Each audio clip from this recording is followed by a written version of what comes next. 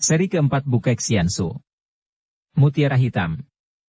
Audiobook, novel silat. Cerita, Ho Ping Hu. Jilid 7. Ia tidak tahu siapa orang itu dan mengapa berlari-lari dengan cepatnya. Terang bukan nelayan dan ia tidak mempunyai keperluan sesuatu dengan orang itu. Hanya ia tadi ingin bertanya kalau orang itu dapat menunjukkan di mana ia dapat menyewa perahu untuk menyeberang bersama kudanya. Sinar terang yang keluar dari kumpulan batu-batu gunung di pantai sebelah depan menarik perhatiannya. Sinar yang bergerak-gerak besar kecil itu tentulah sinar api unggun yang dinyalakan orang.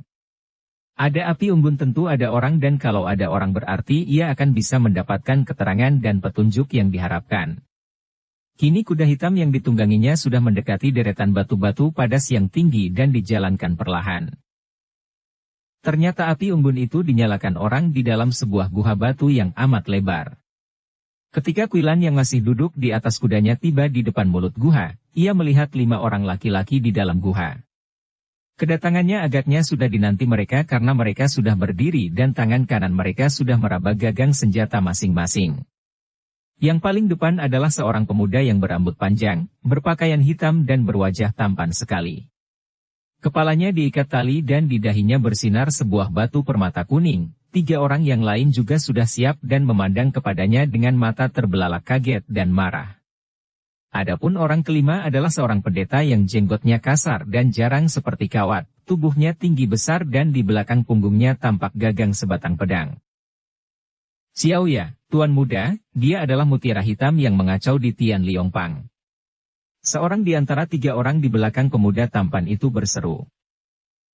Pemuda itu memandang dengan mata bersinar tajam, lalu membentak ke arah Quilan, suaranya nyaring. Mau apa engkau datang ke sini? Quilan tersenyum. Ia tidak memandang mata kepada orang-orang Tian Liongpang ini dan melihat batu permata di dahi si pemuda tampan, ia dapat menduga bahwa pemuda itu tentu seorang tokoh pula.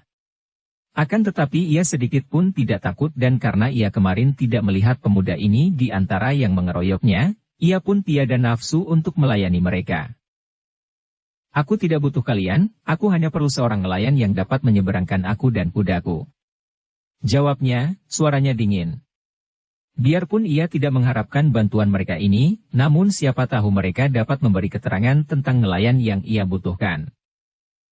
Sebelum pemuda dan 3 orang anggota Tian Liongpang itu menjawab, pendeta Saikong yang berdiri paling belakang itu mengangkat tangan kiri ke atas, dan berkata, Siang Koan Kongcu, biarkan Lahu menghadapinya. Dengan langkah lebar pendeta ini maju. Setelah berhadapan dengan Quilan, ia menjura dengan hormat. Tersenyum-senyum dan jenggotnya yang kaku bergerak-gerak, matanya berkejap-kejap. Nona, sungguh Nona yang masih begini muda amat mengagumkan. Tadi Lohu sudah mendengar penuturan saudara-saudara Tian Liongpang akan sepak terjang Nona yang berani menghadapi Cap Jiliong. Hahaha, sungguh gagah. Seorang muda segagah Nona ini patut dikagumi dan sama sekali tidak pantas dimusuhi.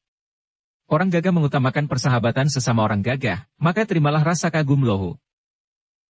Quilan yang melihat kakek ini merangkapkan kedua tangan, membawa kedua tangan ke depan dada sambil bergerak memberi hormat, tersenyum mengejek. Dengan gerakan ringan sekali tubuhnya sudah meloncat turun dari atas punggung kudanya, menghadapi kakek itu dan menjura sambil berkata, Kau orang tua terlalu merendah. Biarpun kelihatannya seperti orang menjura dan memberi hormat, namun kedua tangan Saikong itu bergerak ke depan dan menyambarlah angin pukulan dahsyat ke arah dada Quilan. Gadis itu hanya menjura dengan bibir tersenyum, agaknya seperti tidak tahu akan penyerangan orang, akan tetapi kakek itu merasa betapa tenaga dorongan kedua tangannya tadi seakan-akan membentur api dan membalik, menimbulkan rasa panas pada dadanya. Ia kaget sekali, akan tetapi masih merasa penasaran dan sambil tertawa dan berkata, Nona benar-benar hebat. Kedua tangannya membuka jari-jari tangan dan bergerak ke depan, yang kiri menotok ke arah pundak dan yang kanan menotok ke arah pergelangan tangan. Hebat serangan ini, namun masih saja tampak seakan-akan orang yang memuji dan menyentuh karena sayang dan kagum, sama sekali tidak kelihatan seperti orang menyerang. Padahal serangan itu kalau tepat mengenai sasaran, akan membuat tubuh Quilan seketika lumpuh dan lemas. Totiang, panggilan pendeta, mengapa sungkan-sungkan? kata Kuilan dan kedua tangannya bergerak ke depan pula seperti orang mencegah. Hanya tampaknya saja seperti mencegah, akan tetapi sebenarnya dengan cepat seperti kilat menyambar, jari tangan Kuilan sudah siap menerima kedua tangan kakek itu. Kalau kakek itu melanjutkan serangannya, maka kedua telapak tangannya tentu akan bertemu dengan jari tangan Kuilan sehingga sebelum dapat menotok orang, ia sendiri sudah akan terkena totokan lawan. Ah! Saikong itu menarik kembali kedua tangannya dan melangkah mundur kemudian ia tertawa bergelak. Hahaha, semudah ini sudah memiliki kepandaian hebat, benar-benar membuat Lohu kagum dan takluk, Nona ingin menyeberang. Biarlah Lohu antarkan. Girang hati Kuilan mendengar ini. Kau mempunyai perahu, Totiang? Haha, tentu saja ada, harap Nona jangan khawatir. Marilah. Kakek itu dengan langkah lebar keluar dari dalam gua, diikuti oleh Kuilan. Tahan. Mutiara Hitam, engkau sudah mengacau Tian Liongpang, bagaimana kami dapat membiarkan kau pergi begitu saja? Teriak seorang di antara anggota-anggota Tian Liongpang sambil melompat maju dan mencabut pedang. Akan tetapi pemuda tampan tadi mencegah dan menghardik. Nona sudah ikut bersama Huang Ho Taiong, Raja Sungai Huang Ho, mau apa kau ribut-ribut? Kalau saja Kuilan sudah banyak pengalaman merantau, tentu ia akan terkejut sekali mendengar nama ini. Huang Ho Taiong adalah nama julukan kepala bajak Sungai Huang Ho yang terkenal sekali. Akan tetapi gadis ini selain kurang pengalaman, juga tidak mengenal takut, maka ucapan si pemuda ini sama sekali tidak ada artinya. Ia mengikuti Saikong itu yang terus berjalan mendekati pantai, kemudian kakek itu mengeluarkan teriakan melengking nyaring tinggi sambil menengadahkan kepalanya. Terdengar suitan balasan dari arah kiri dan tidak lama kemudian, muncullah sebuah perahu dalam sinar bintang-bintang di langit yang suram muram. Kiranya perahu itu bercat hitam, cukup besar dan didayung oleh 4 orang tinggi besar. Silakan, Nona. Lohu sendiri akan menemanimu menyeberang. Kata Saikong tadi sambil tersenyum. Terima kasih. Kau baik sekali, Totiang. Jawab Kuilan yang menuntun kuda hitamnya ke atas papan perahu, kakek itu pun melompat naik, memberi aba-aba dan 4 orang anak buahnya kembali mendayung perahu ke tengah. Ketika Kuilan menengok, ia melihat pemuda tampan tadi bersama teman-temannya berdiri di pinggir sungai dan memandang. Karena tidak mengerti, Kuilan sama sekali tidak merasa heran mengapa layar perahu itu tidak dipasang. Untuk menyeberangi sungai sebesar Sungai Kuning ini, tentu dibutuhkan layar agar penyeberangan dapat berjalan cepat. Akan tetapi 4 orang itu hanya mendayung saja sehingga perahu bergerak lambat, malah hanyut oleh air. Kuda hitam yang tinggi besar dan gagah itu pun mendengus-dengus dan meringkik, keempat kakinya menggigil ketika melihat air yang hitam berombak. Akan tetapi, Kuilan berdiri tegak memegangi kendali, sedikit pun tidak merasa takut. Nona, orang-orang Tian Liongpang tadi menceritakan tentang sepak terjang Nona di Tian Liongpang dan menyebut Nona Mutiara Hitam. Bolehkah Lohu tahu, siapa sesungguhnya namamu dan dari perguruan manakah? Lohu sendiri disebut orang Huang Ho Taiong, bernama Ma Hoan.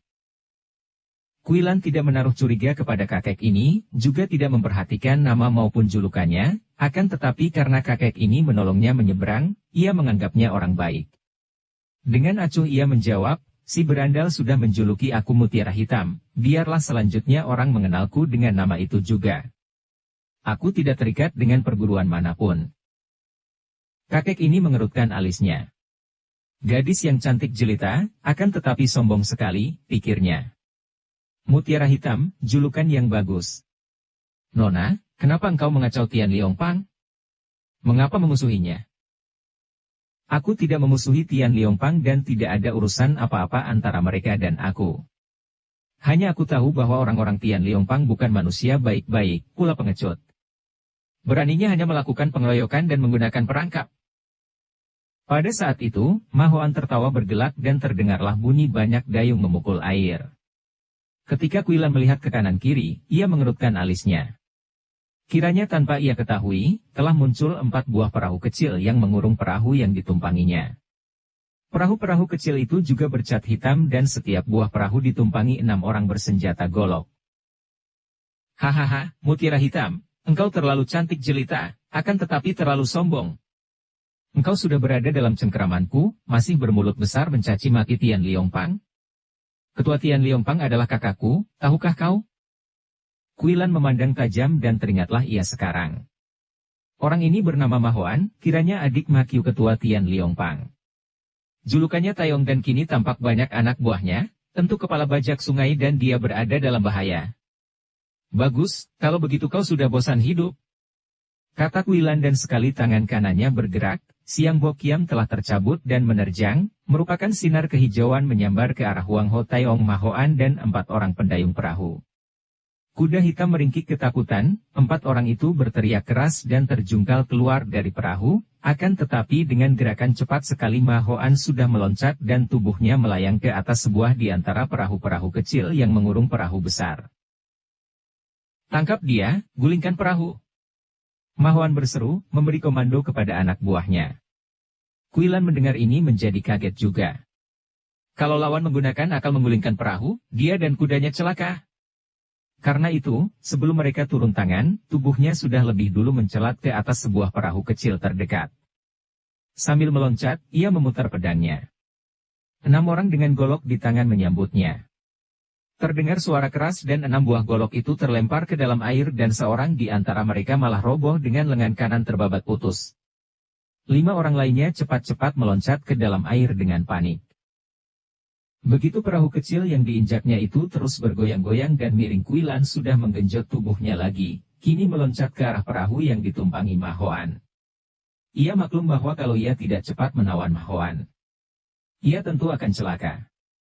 Di darat, ia tidak akan peduli akan pengeroyokan 30 orang itu, akan tetapi di air, melawan seorang di antara mereka saja belum tentu ia menang. Ma Huan tidak akan berjuluk Raja Sungai Kuning dan tidak akan menjadi kepala bajak kalau ia tidak lihai ilmu silatnya dan pandai bermain di air. Melihat tubuh gadis perkasa itu berkelebat meloncat ke arah perahunya, ia mengenal bahaya dan cepat-cepat ia melempar diri ke dalam air. 2 orang anak buahnya di perahu itu yang tidak keburu terjun, menjadi korban babatan pedang Kuilan dan terjungkal di air. Keadaan menjadi kacau balau. Dalam cuaca suram gelap, Kuilan mengamuk, meloncat dari perahu ke perahu. Namun para bajak itu sudah lebih dahulu terjun ke air dan mulailah mereka berusaha menggulingkan perahu di mana Kuilan berdiri. Gadis ini tentu saja tidak mau digulingkan ke dalam air. Ia bermain loncat-loncatan dari perahu ke perahu. Akan tetapi karena perahu-perahu yang tidak dikemudikan itu berputaran dan hanyut, apalagi karena bajak-bajak menggulingkan semua perahu, akhirnya Kuilan yang sudah berdiri di atas perahu yang terbalik, tidak mempunyai tempat lagi untuk meloncat. Kuda hitam besar sudah terjungkal ke dalam air ketika perahu besar digulingkan. Ketika perahu terbalik yang ia injak itu tiba-tiba menyelam, ia masih dapat meloncat ke atas dan tak dapat dicegahnya lagi tubuhnya jatuh terbanting ke dalam air yang bergelombang. Kuilan pingsan dan tidak tahu apa yang terjadi pada dirinya setelah ia terbanting ke air. Ketika ia siuman kembali, ia mendapatkan dirinya lemas dan lumpuh kaki tangannya. Tahulah Kuilan bahwa ia telah tertotok lumpuh. Tubuhnya terasa dingin dan basah. Ketika ia membuka mata, ia melihat api unggun dan ternyata ia telah berada di dalam guha besar tadi, menggeletak di atas rumput kering dan tubuhnya tidak tertutup pakaian sama sekali. Kenyataan ini membuat Kuilan merasa kaget setengah mati dan cepat-cepat ia menutupkan kedua matanya lagi, pura-pura pingsan atau hampir pingsan lagi saking kagetnya. Ia tahu bahwa ia telah tertawan, dan bahwa orang telah menanggalkan semua pakaian dari tubuhnya. Kemudian ia mendengar betapa di situ terdapat banyak orang, bahkan ada suara orang berbantahan. Dengan jantung berdebar ketakutan, baru sekali ini Kuilan mengenal rasa takut, ia mendengarkan, tanpa membuka matanya. Mahato Tiang, aku tahu bahwa urusan ini adalah urusan pribadimu dan sekali lagi kunyatakan bahwa antara nona itu dan aku tidak ada sangkut paut apa-apa. Akan tetapi kedua hal itu bukan menjadi halangan bagiku untuk mencegah terjadinya hal yang memalukan ini. Betapapun juga, kakakmu, Ma Kiu Suheng adalah ketua kami, kalau sekarang engkau melakukan perbuatan hina dan rendah, bukankah hal itu berarti akan menodai nama besar Tian Liongpang? Siang Koan Kongcu. Sejak kapan Tian Liongpang melarang seorang laki-laki mengambil seorang wanita yang disukanya?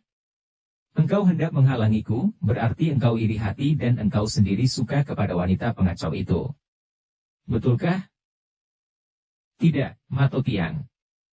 Laki-laki boleh mengambil wanita mana saja yang disukainya, akan tetapi kalau wanita itu mau, engkau merobohkannya dengan akal curang, dan hendak memaksanya secara keji. Mendiang ayahku, seorang ketua Tian Liongpang tidak pantang melakukan apa saja kecuali sikap curang dan pengecut. Kalau kau mengalahkan dia dengan kepandaianmu, maka menjadi hakmu lah untuk memperlakukan orang yang kau kalahkan sesuka hatimu. Akan tetapi melihat betapa tadi dia dilawan secara licik dan sekarang hendak diperlakukan keji, sungguh sebagai seorang gagah aku tidak akan mendiamkan saja. Mato Tiang, agar jangan kita menjadi bahan ejekan di dunia Kang Ou, kau bebaskan dia. Bocah, berani engkau membuka mulut besar. Siang Koan Li.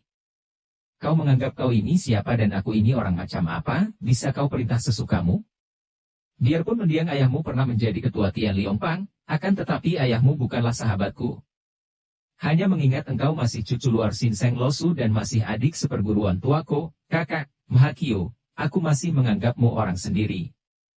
Akan tetapi jangan kau keterlaluan karena menjadi cucu Sin Seng Losu, karena semua saudara Cap Jiliong juga tidak suka akan sepak terjangmu yang menyimpang dengan jalan mereka.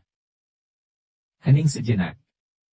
Wilan memandang dari balik bulu matanya dan melihat bahwa yang bertengkar adalah pemuda tampan berambut panjang dan saikong yang menawan dirinya.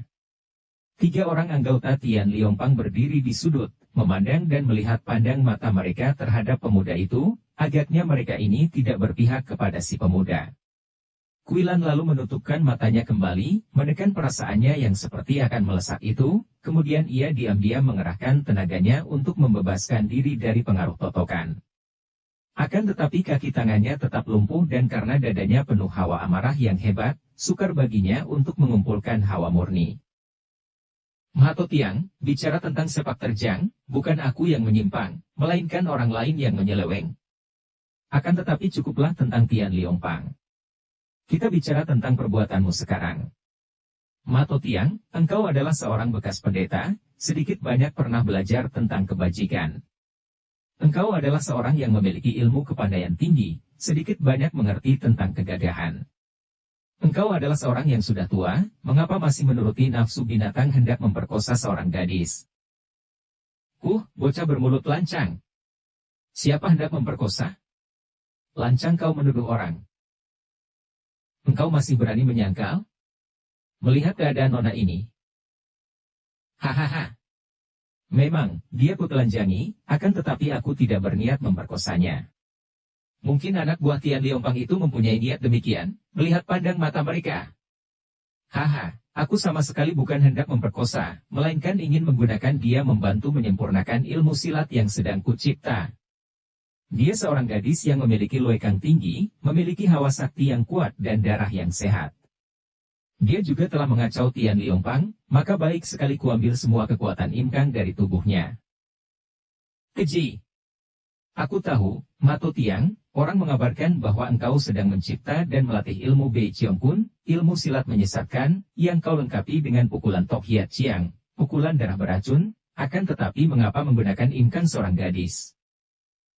Hahaha, Siang Koan Li. Kau kira akan mudah saja mencari rahasia ilmuku itu? Tidak perlu, hanya perlu kau ketahui bahwa aku perlu hawa murni dan darah gadis ini untuk Kikin Swejue, ganti obat cuci sumsum. Sudahlah, kau pergi dan jangan menggangguku lagi. Tidak.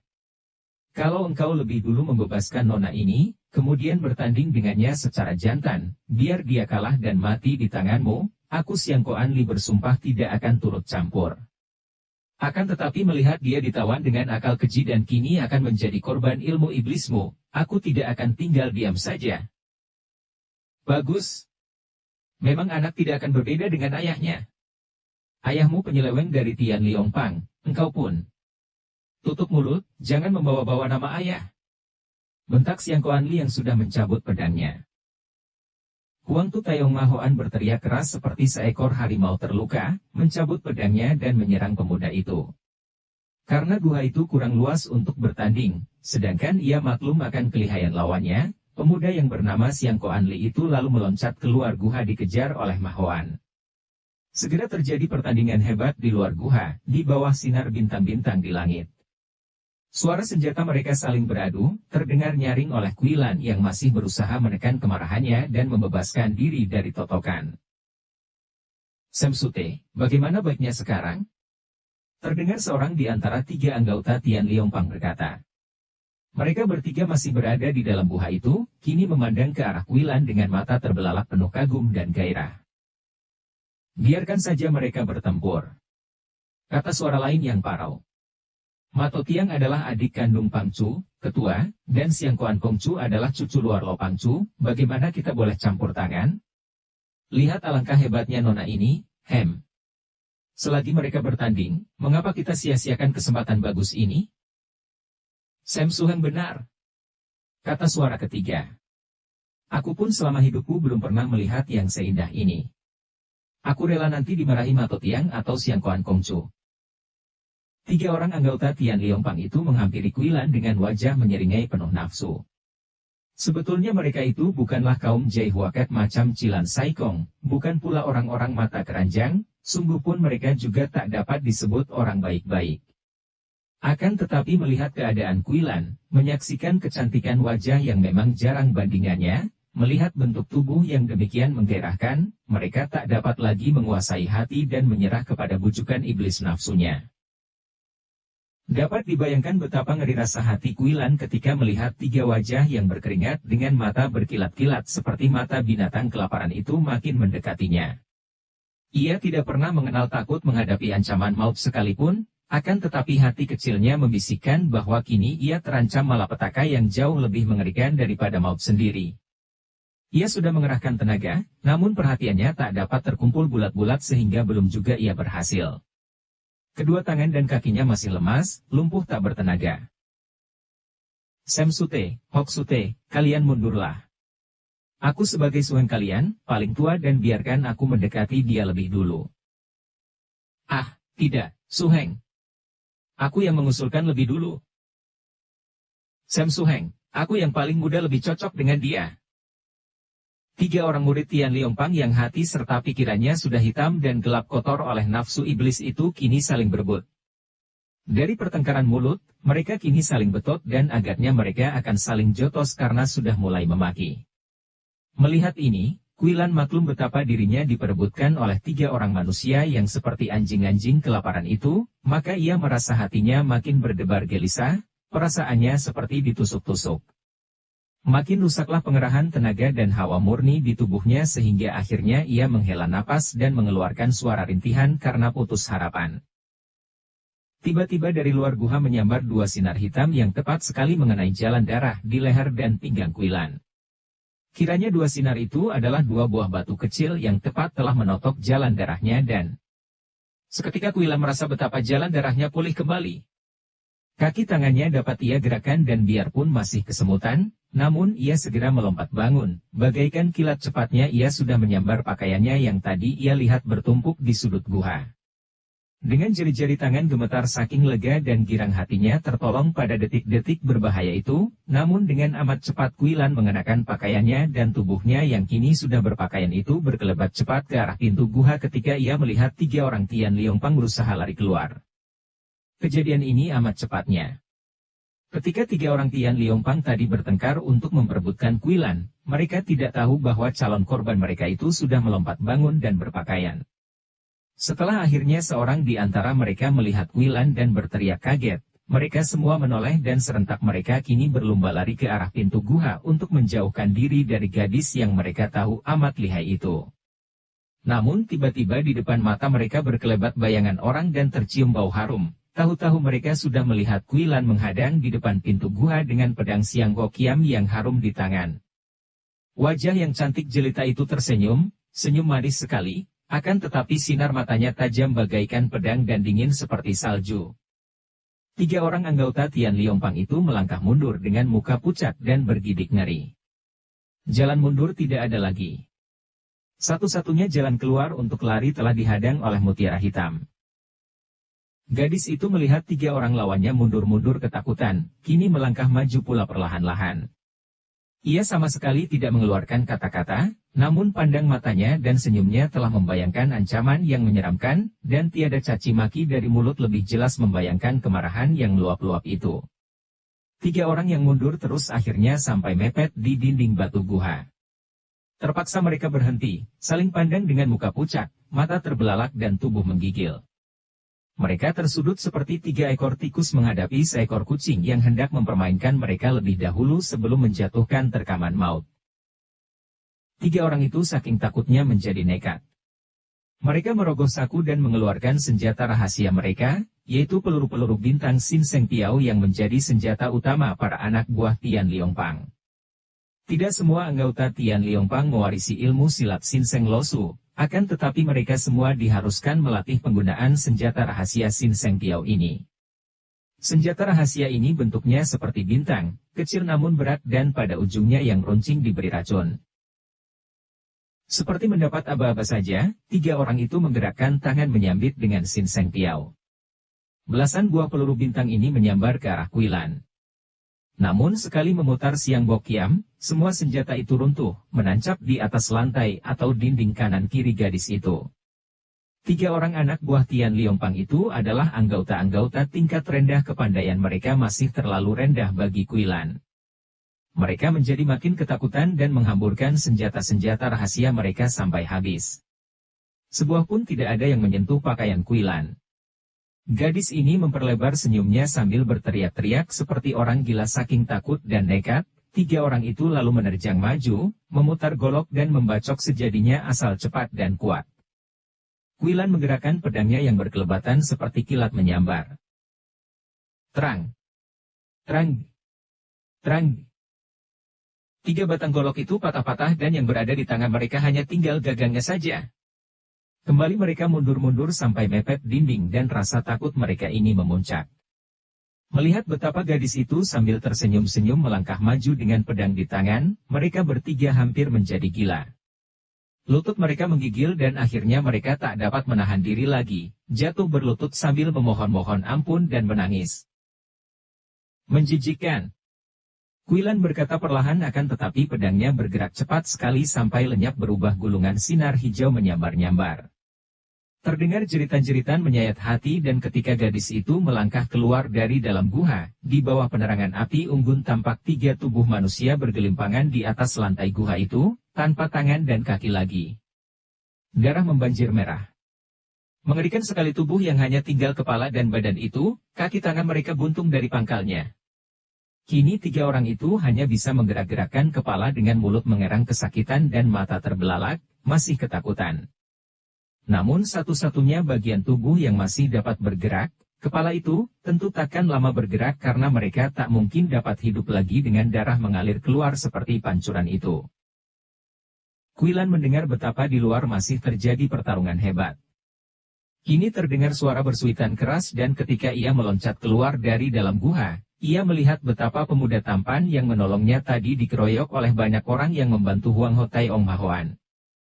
Pemuda itu hebat sekali permainan pedangnya dan biarpun Mahoan mengeroyoknya dengan bantuan 7 orang anak buahnya, namun pemuda itu masih saja menekan mereka dengan gerakan-gerakan pedang yang amat kuat. Belasan orang anak buah bajak bersuitan dan mengurung.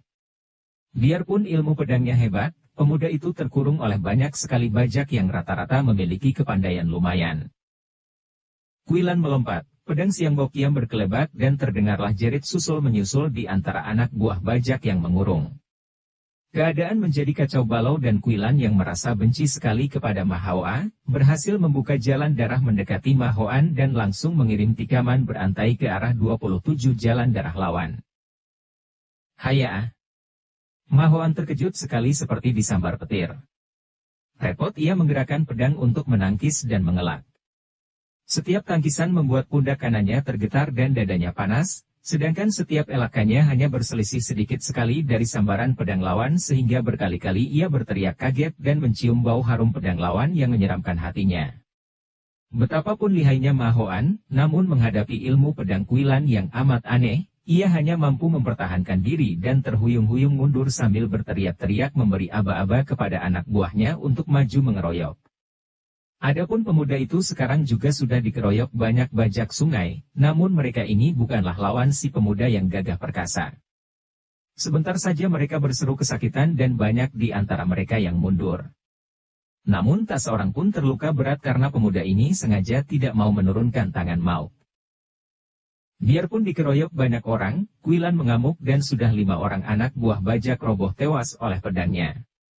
Ketika ada 4 orang bajak menubruknya dengan golok dari depan sedangkan Mahoan meloncat mundur bersembunyi di belakang 4 orang ini, agaknya hendak lari, Kuilan mengeluarkan suara melengking nyaring. Seketika 4 orang di depannya itu menjadi lemas dan kesempatan ini dipergunakan oleh Kuilan untuk meloncati kepala mereka mengejar Mahoan. Sebelum tubuhnya turun, pedangnya sudah menyambar ke arah leher lawan yang amat dibencinya ini. Mahoan terkejut sekali dan mengerahkan tenaga menangkis dengan pedangnya. Terang! Celaka! Seru Mahoan ketika pedangnya menjadi patah oleh pedang gadis itu dan pundaknya terasa sakit karena tertusuk pedang. Ia cepat menggulingkan tubuhnya ke bawah dan terus bergulingan, sedangkan para anak buahnya kembali maju menyerbu Kuilan. Dengan demikian, kepala bajak itu tertolong dan sekali tubuhnya meloncat, ia lenyap dalam gelap. Dengan pundak berdarah, Mahoan berlari cepat menuju ke sungai. Ia pikir kalau ia bisa sampai ke sungai, berarti nyawanya selamat karena sekali terjun ke air, gadis itu tentu takkan dapat mengejarnya lagi. Ia bergidik kalau mengingat betapa hebat ilmu kepandaian gadis itu dan juga menyesal mengapa ia gagal mendapatkan hawa murni Im Kang dari gadis yang sehebat itu. Diam-diam ia marah dan gemas kepada Siang Kuan Li. Hatinya girang setelah ia mendengar suara air.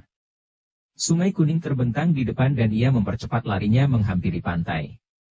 Ia melihat di dalam gelap sesosok bayangan hitam di pantai dan dikiranya bayangan itu seorang di antara anak buahnya, maka ia menghampiri sambil berteriak, "Lekas sediakan perahu." Akan tetapi kata-katanya terhenti dan ia berdiri melongo, tengkuknya terasa dingin dan rambutnya berdiri satu-satu. Bayangan itu kini melangkah maju dan bukan lain adalah Kuilan, si mutiara hitam. Gadis ini tersenyum manis dan pedang di tangannya tergetar. Huang Ho Taeyong Mahoan bukanlah seorang penakut. Sebagai kepala bajak yang sudah belasan tahun merajalela di sepanjang Sungai Kuning, entah sudah berapa banyaknya manusia tewas di tangannya dan ia dapat membunuh orang tanpa berkedip mata. Akan tetapi sekarang menghadapi seorang gadis yang tersenyum-senyum manis di depannya, ia memandang dengan mata terbelalak dan muka pucat sekali. Baru sekarang ia merasa apa yang dirasakan oleh para korbannya, rasa takut dan ngeri menghadapi bahaya maut. Akan tetapi sebagai seorang jagoan, ia segera dapat mengubah rasa takut ini menjadi kemarahan dan kenekatan. Sambil mengeluarkan suara menggereng seperti suara serigala marah, ia menerjang maju dan kedua telapak tangannya memukul berbareng dari kanan kiri lambung. Inilah sebuah jurus Bei Cheong Kun dan dari kedua telapak tangannya keluar tenaga Toh Hiat Chiang. Biarpun ilmu yang ganas ini belum terlatih sempurna, apalagi tenaga beracun Toh Hiat Chiang belum jadi sepenuhnya, namun sudah hebat bukan main. Seorang lawan yang tanggung-tanggung saja kepandaiannya, mungkin masih dapat menangkis atau mengelak dari pukulan, namun sukar untuk menyelamatkan diri daripada hawa pukulan yang beracun itu. Kuilan menghadapi pukulan ini dengan tenang. Melihat lawannya tidak bersenjata lagi, ia pun tidak menggunakan Siang Kok Kiam di tangannya. Dengan pengerahan tenaga dalam, tangan kirinya menyampok dan hawa pukulannya menyambut serangan lawan, kemudian kakinya menendang. Tubuh Huang Ho Taeyong terlempar ke belakang. Kaget bukan main kepala bajak ini. Bukan hanya gadis itu dapat menahan pukulannya, bahkan secara aneh sekali kakinya sudah menendangnya sampai terjengkang beberapa meter jauhnya. Ia makin panik dan takut, lalu melompat bangun dan membalikkan tubuhnya lari kembali ke tempat tadi. Setidaknya di tempat pertempuran tadi, ia masih dapat mengharapkan anak buahnya untuk membantunya, daripada menghadapi gadis setan ini sendirian saja di pinggir sungai dan jalan untuk menyelamatkan diri terjun ke air sudah ditutup oleh mutiara hitam. Akan tetapi dapat dibayangkan betapa kaget dan bingung hati kepala bajak ini ketika ia tiba di depan gua tadi, di situ telah sunyi, tidak ada lagi pertempuran dan tidak tampak seorang pun anggota bajak sungai. Selagi ia hendak lari lagi ke kiri, tahu-tahu ada bayangan berkelebat dan lagi-lagi si gadis jelita telah berada di depannya. Perempuan siluman. Ia membentak dan dengan nekat menubruk maju dengan kedua lengan terpentang, untuk memeluk dan kalau perlu mengajak mati bersama. Tampak sinar hijau berkelebat, disusul pekik mengerikan dari kepala bajak itu dan darah menyembur keluar dari dadanya ketika Huang Ho Taeyong Mahoan roboh tersungkur, mendekap dada dengan kedua tangan, berkelojotan dan tewas tak lama kemudian. Kuilan berdiri memandang korbannya. Baru lenyap sekarang sinar matanya yang berkilat-kilat dan senyumnya yang dingin. Sambil menarik napas panjang, ia memasukkan Siang Hokiam ke dalam sarungnya. Mereka memang jahat, Huang Ho Taeyong memang layak mati, akan tetapi kau terlalu ganas, Nona. Kuilan cepat membalikkan tubuhnya. Ia melihat pemuda tampan yang rambutnya dibiarkan terurai di atas punggung itu, pemuda yang bernama Siang Koan Li, yang tadi telah menolongnya dari bahaya yang lebih hebat daripada maut. Pemuda itu berdiri di mulut guha dan tampak gagah membelakangi sinar api unggun yang agaknya masih menyala di dalam guha itu. Teguran ini seketika mendatangkan rasa marah di hati Kuilan, akan tetapi mengingat bahwa pemuda ini sudah menolongnya, ia menekan perasaan marahnya dan bertanya, suaranya ketus. Aku membunuh dia dengan sebuah tusukan, mengapa kau bilang ganas? Apa yang kau maksudkan? Pemuda itu mengerutkan keningnya dan wajahnya yang tampan itu tampak makin sungguh-sungguh. Huang Ho Taeyong sudah layak mati dan tusukan pada jantungnya sudah tepat. Yang kumaksudkan adalah pembunuhan yang kau lakukan kepada 3 orang anggota Tian Liong Pang. Mengapa kau begitu ganas membuntungkan kaki tangan mereka, membiarkan mereka menderita hebat sebelum mati?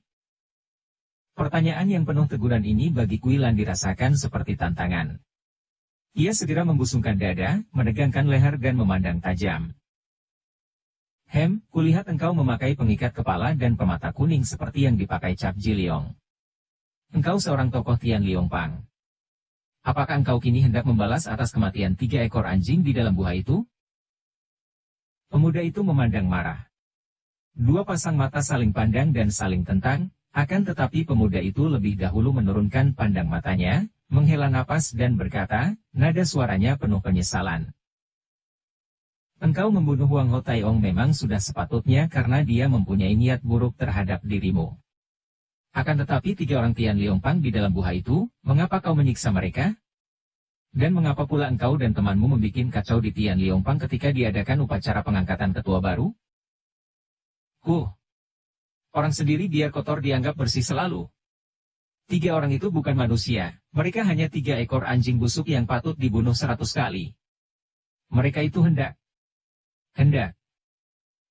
berbuat kurang ajar, mereka seperti anjing-anjing yang kotor. Pemuda itu menghela napas. Sudah kusangka demikian. Makin lama makin rusaklah nama Tian Liong Pang bersama rusaknya watak mereka. Nona, sekarang aku tahu mengapa kau membunuh mereka, akan tetapi tetap saja kau terlalu ganas. Membunuh dengan dorongan kebencian dan kemarahan bukanlah sikap seorang gagah. Kuilan makin marah dan penasaran. Ia membanting kaki kanannya dan menghardik. Kau ini seorang tokoh Tian Liong Pang, apa kau kira seorang gagah? Apakah Tian Liong Pang perkumpulan orang gagah? Kulihat dengan mata sendiri bahwa Tian Liong Pang hanyalah perkumpulan orang-orang jahat. Dalam pesta perayaan untuk mengangkat ketua baru, yang datang adalah orang-orang dari golongan hitam. Bahkan ada yang menyumbangkan 12 orang gadis culikan. Dan ketuanya diangkat dengan upacara penyembelihan dan penyiraman darah anjing. Perkumpulan apa ini? Dan kau yang menjadi tokohnya masih berani bicara tentang sikap seorang gagah? Aneh sekali. Pemuda yang tadinya bersikap marah dan penuh teguran kepada Kuilan, setelah menghadapi kata-kata yang pedas ini tiba-tiba saja berubah air mukanya. Ia mengerutkan keningnya, wajahnya yang tampan menjadi gelap, kemudian ia menjatuhkan diri duduk di atas tanah, menarik napas panjang berkali-kali dan mengeluh. Disalahgunakan. Dan ia pun menangis. Kuilan tercengang menyaksikan perubahan ini. Dia sendiri memang keras hati, mau membawa kehendak sendiri dan berwatak aneh, namun dia bukan seorang yang tidak mengenal budi. Melihat keadaan pemuda ini, hatinya pun menjadi lunak, dan tanpa disadarinya, ia sudah duduk pula di atas sebuah batu, di depan pemuda itu lalu berkata, Aku tidak bermaksud memaki dan menyinggungmu. Aku hanya memaki Tian Liongpang. Biarpun kau seorang tokoh Tian Liongpang, kulihat engkau lain daripada mereka. Engkau sudah menolongku tadi dan budimu itu sungguh amat besar, membuat aku bersyukur dan berterima kasih sekali. Engkau sudah menentang Huang Ho Taiong, dan dalam keadaan terancam bahaya hebat, engkau sudah memulihkan totokan pada tubuhku dengan sambitan batu kerikil. Pemuda itu menyusut air matanya dan mengangkat muka memandang Kuilan. Kemudian berkata dengan suara berduka. Aku tidak peduli andai kata kau mencaci maki diriku. Dan aku tentu akan menyerangmu andai kata makianmu terhadap Tian Liongpang tidak benar. Akan tetapi apa yang kau katakan adalah benar dan keadaan Tian Liongpang seperti itulah yang menghancurkan hatiku. Aku rela mati untuk Tian Liongpang, akan tetapi dengan keadaan Tian Liongpang seperti sekarang ini. Bagaimana mungkin aku membelanya? Aku malu sekali, sedih, tapi tidak berdaya. Timbul rasa suka di hati Kuilan terhadap pemuda ini. Ternyata pemuda ini selain memiliki ilmu kepandaian tinggi seperti telah dibuktikannya tadi dengan sambitan kerikil dan dengan sepak terjangnya dikeroyok oleh Huang Ho Taiong dan anak buahnya, juga memiliki kesetiaan namun tidak ikut menyeleweng seperti tokoh-tokoh lain dari perkumpulannya itu. Dengan suara halus ia berkata, dari percakapan 3 ekor anjing tadi aku mendengar bahwa kau bernama Siang Koan Li dan menjadi cucu luar si kakek Sin Seng Losu. Seorang seperti kau ini bagaimanakah bisa berada di tengah-tengah mereka yang kotor seperti mereka itu? Siang Koan Li menundukkan mukanya. Nona, bagaimana aku dapat bercerita tentang keadaanku sebagai seorang di antara tokoh-tokoh dunia hitam kepada seorang gadis gagah perkasa, seorang pendekar seperti engkau ini? Pendekar? Siapa bilang aku pendekar? Ah, tidak perlu kau merendahkan diri. Kau tentulah seorang lihiap, pendekar wanita, dari perguruan tinggi yang terkenal maka kau berani menentang Tian Liongpang. Kau hidup di dunia yang bersih, yang menjunjung tinggi kegagahan, yang selalu bertindak membela kebenaran dan keadilan, menentang kejahatan. Sebaliknya aku hidup bergelimang dosa dan kejahatan, hidup di dunia kotor dan hitam. Ih, kau ngaco tidak karuan. Siapa bilang aku pendekar? Aku sama sekali bukan seorang lihiap. Aku seorang perantau, tidak datang dari perguruan manapun juga. Guruku bukan orang terkenal, dan andai kataku beritahukan juga engkau pasti tak pernah mendengar namanya. Aku lama sekali bukan penegak kebenaran dan keadilan, bukan pendekar dan aku hanya bertindak menurut suara hatiku saja. Yang memusuhi aku, tentu akan kumusuhi kembali, yang baik kepadaku, tentu akan kubaiki kembali. Engkau baik kepadaku, telah menolongku, tentu saja tidak mungkin kau kuanggap musuh. Siang Koan Li, aku ingin sekali mendengar bagaimana kau bisa terlibat dalam Tian Liongpang. Mula-mula pemuda itu memandang Kuilan dengan sinar mata heran dan tidak percaya, kemudian berkata perlahan. Ah, kalau begitu ada persamaan antara kita. Hanya bedanya, engkau bebas dan aku terikat. Ia meraba permata kuning yang menghias dahinya. Kemudian ia melonjorkan kakinya, duduk dengan enak dan mulai bercerita. Tian Liongpang tadinya merupakan perkumpulan orang-orang gagah, sisa dari kerajaan Houhan yang telah ditaklukkan oleh kerajaan Sung. Orang-orang gagah yang berjiwa patriot membentuk perkumpulan Tian Liongpang dengan cita-cita merebut kembali wilayah Houhan yang sudah tertumpas musuh. Perkumpulan ini dipimpin oleh seorang muda yang gagah perkasa, yang bernama Siang Koan Bu, putra seorang bekas panglima kerajaan Houhan. Di bawah pimpinan Siang Koan Bu inilah para orang gagah di Houhan mengadakan pertempuran gerilya dan seringkali melakukan perongrongan terhadap kerajaan Sung. Karena perkumpulan ini membutuhkan banyak tenaga orang-orang gagah, tentu saja sukar untuk mengadakan penyaringan sehingga banyak pula orang-orang dari dunia hitam yang memiliki kepandaian, masuk pula menjadi anggota. Di antara mereka ini terdapat seorang pelarian dari barat. Bekas seorang pendeta yang bukan lain adalah Sin Seng Losu bersama putrinya yang cantik dan berkepandaian tinggi pula. Hal yang lumrah terjadilah, Siang Koan Bu jatuh cinta kepada putri Sin Seng Losu dan kemudian mereka menikah. Dari pernikahan ini lahirlah Siang Koan Li. Sin Seng Losu memiliki ilmu kepandaian yang amat tinggi sehingga ketua Tian Liongpang yaitu mantunya sendiri, mengangkatnya sebagai guru untuk para anggota Tian Liongpang. Dengan kedudukan ini, ditambah kenyataan bahwa dia adalah ayah mertua Siang Koan Bu, maka Sin Seng Losu merupakan orang kedua setelah mantunya di dalam perkumpulan. Kekuasaannya tinggi dan mulailah timbul penjilat-penjilat, yaitu orang-orang dari dunia hitam yang menyelundup masuk ke dalam Tian Liongpang. Mulailah Sin Seng Losu menyimpang daripada jalan bersih menjadi hamba nafsu dan makin tua menjadi makin gila. Orang-orang gagah yang melihat gejala-gejala busuk mulai tumbuh dalam Tian Liongpang, menjadi marah dan tidak senang sekali. Akan tetapi oleh karena segan terhadap Siang Koan Bu, seorang patriot sejati yang dihormat dan disegani, mereka masih dapat menahan sabar. Tentu saja, sebagai seorang yang bijaksana, Siang Koan Bu maklum pula akan keadaan ayah mertuanya yang menyeleweng dan didukung oleh banyak anggota yang berasal dari dunia hitam. Orang gagah ini menjadi serba susah. Mau ditindak, kakek itu adalah ayah mertuanya. Tidak ditindak, dapat merusak nama baik perkumpulan. Akhirnya, Siang Koan Bu yang pada suatu hari berhasil merampas 13 butir permata kuning milik pembesar tinggi yang berkuasa di Houhan dan yang menjadi boneka kerajaan Sung, lalu menggunakan permata-permata kuning itu sebagai tanda kekuasaan. Ia memilih 13 orang tokoh pimpinan Tian Liongpang, di antaranya dia sendiri dan ayah mertuanya ditambah 11 orang tokoh lain yang ia tahu adalah orang-orang gagah dan patriot-patriot sejati, sebagai dewan pimpinan yang memakai hiasan dari permata kuning dan mereka yang memakai tanda ini berhak untuk mengambil keputusan demi kebaikan Tian Liongpang. Di antaranya berhak menghukum para anggota yang menyeleweng.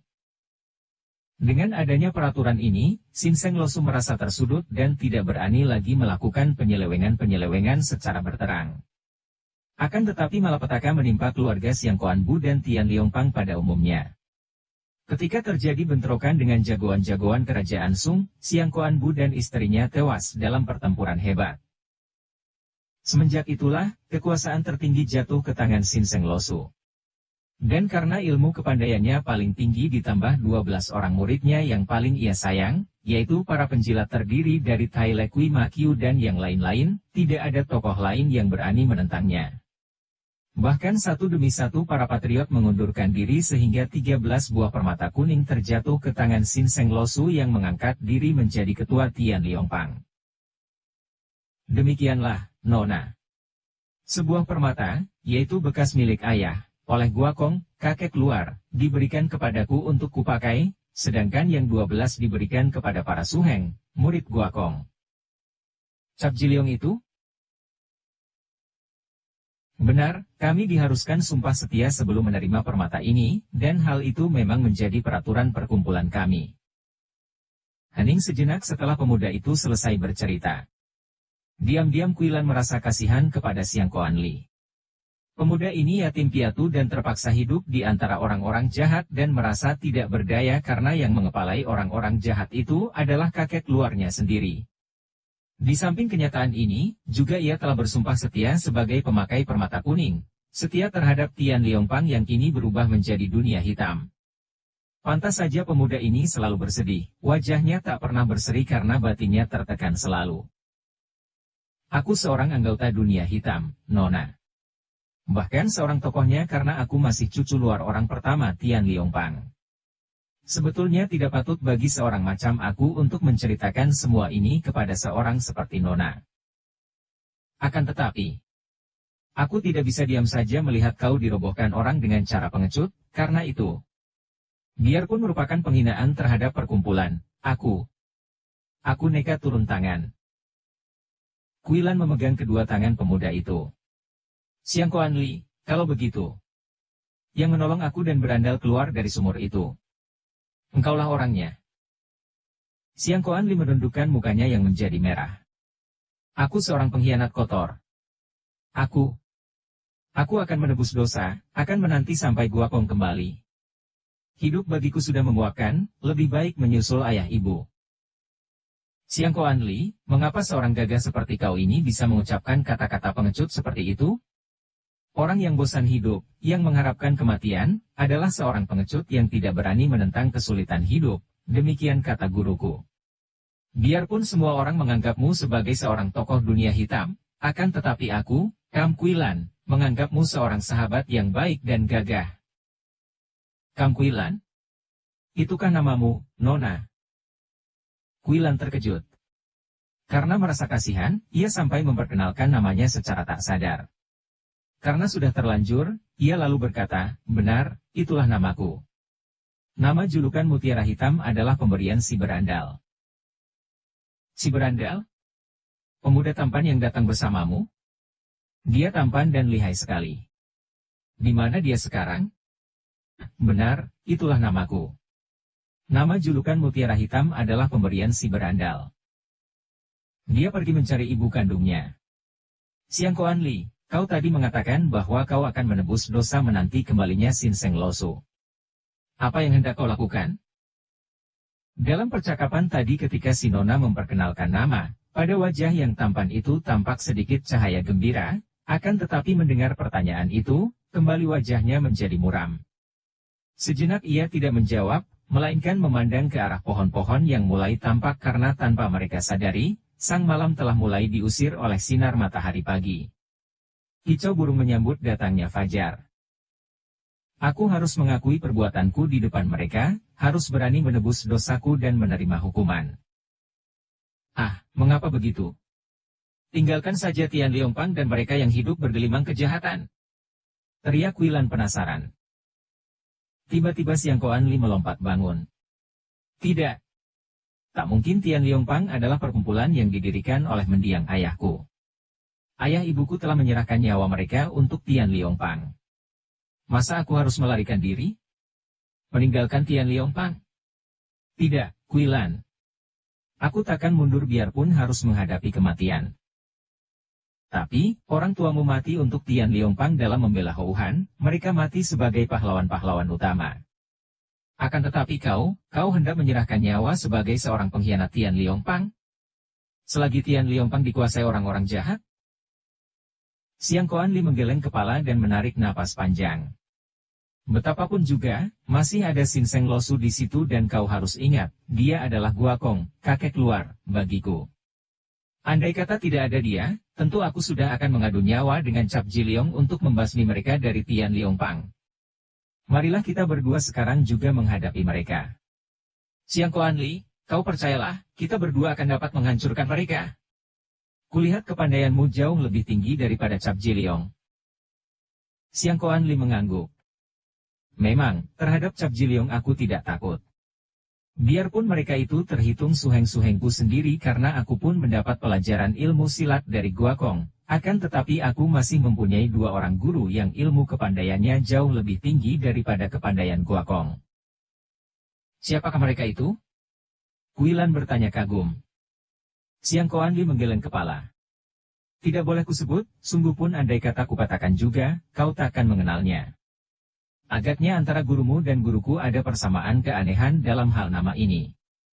Kau bilang gurumu tidak terkenal sama sekali. Akan tetapi kurasa gurumu masih jauh lebih terkenal daripada guruku yang benar-benar tak ada seorang pun mengenalnya. Tiba-tiba Siang Koan Li memandang ke depan dan wajahnya menegang. Kemudian ia memegang tangan Kuilan, menggenggam tangan yang kecil halus itu sejenak sambil berkata, sudahlah, Kuilan. Mereka sudah datang. Selamat berpisah. Kau percayalah, pertemuan ini merupakan satu-satunya hal yang paling menyenangkan hatiku selama hidupku dan sampai mati pun aku tidak akan melupakan kebaikanmu. Setelah berkata demikian, Siang Koan Li melepaskan pegangan tangannya dan dengan langkah lebar ia pergi meninggalkan Kuilan. Kuilan berdiri di depan guha dengan hati bimbang. Biarpun pemuda itu sudah 2 kali menolongnya, akan tetapi pemuda itu bukan apa-apanya. Orang lain yang kebetulan bertemu di situ. Urusan pribadi pemuda itu tiada sangkut pautnya dengan dirinya. Kalau pemuda itu begitu setia kepada Tian Liongpang dan begitu bodoh untuk menyerahkan diri minta dihukum, peduli apakah dengan dia? Berpikir demikian, Kuilan juga mulai berjalan meninggalkan tempat itu. Ia masih gemas kala mengingat kuda hitamnya yang hilang. Matikah kuda itu? Hanyut dan tenggelam? Ataukah terampas para bajak? Pemuda yang aneh, kembali ia berpikir tentang diri Siang Koan Li. Tidak mudah baginya untuk melupakan pemuda itu begitu saja. Masih terngiang di telinganya ucapan pemuda itu ketika hendak berpisah, ucapan yang agak gemetar. Pertemuan yang paling menyenangkan hatinya selama hidupnya. Sampai mati pun pemuda itu takkan melupakannya. Kuilan merasa betapa mukanya menjadi padas.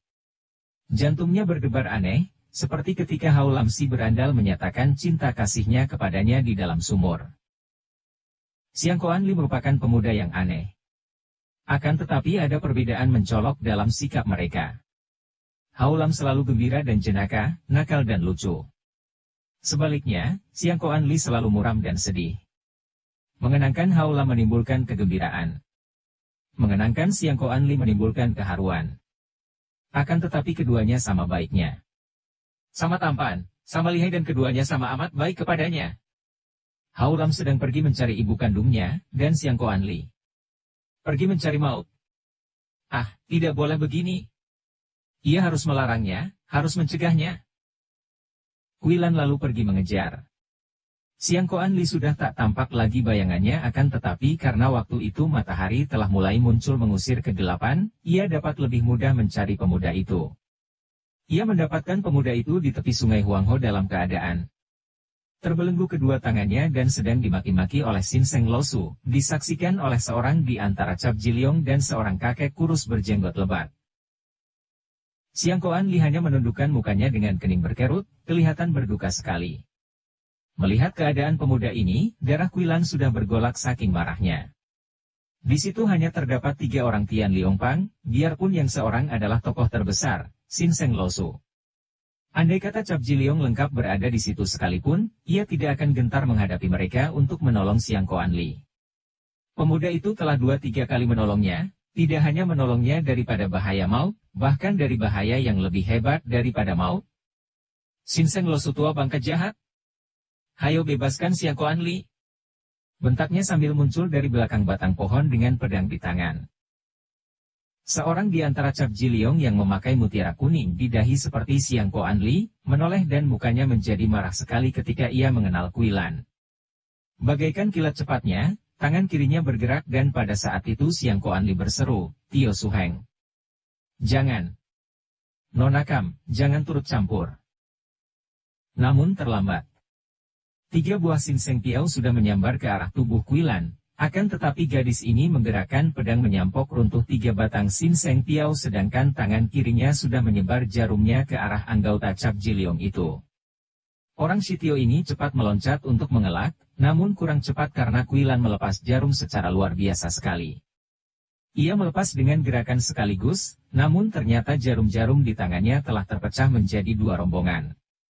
Rombongan pertama menyerang cepat sekali sedangkan rombongan kedua, biarpun disambitkan dalam waktu yang sama, lebih lambat dan merupakan jarum penutup jalan keluar sehingga kemanapun juga lawan mengelak, tentu akan disambut oleh jarum-jarum rombongan kedua ini. Anggota Cap Jiliong itu kaget namun terlambat. Pahanya tertusuk sebatang jarum yang amblas sampai tidak tampak menembus celana, kulit dan dagingnya. Seketika tubuhnya menjadi kaku dan ia roboh pingsan. Wutut. Sing. Masih untung bahwa Kuilan mempunyai kegesitan yang mengagumkan dan gerakan yang aneh. Otomatis tubuhnya mencelat ke kiri sampai hampir menyentuh tanah untuk mengelak sambaran pedang yang amat luar biasa itu. Ketika ia berjungkir balik memandang, kiranya yang menyerangnya adalah orang kurus berjenggot lebat. Diam-diam Kuilan terkejut juga. Gerakan pedang orang ini hebat sekali, jauh lebih hebat daripada orang-orang Cap Jiliong. Padahal Cap Jiliong adalah orang-orang Tian Liongpang yang menduduki tingkat 1. Kalau begitu orang itu tentu bukan orang Tian Liongpang. Ia memandang penuh perhatian.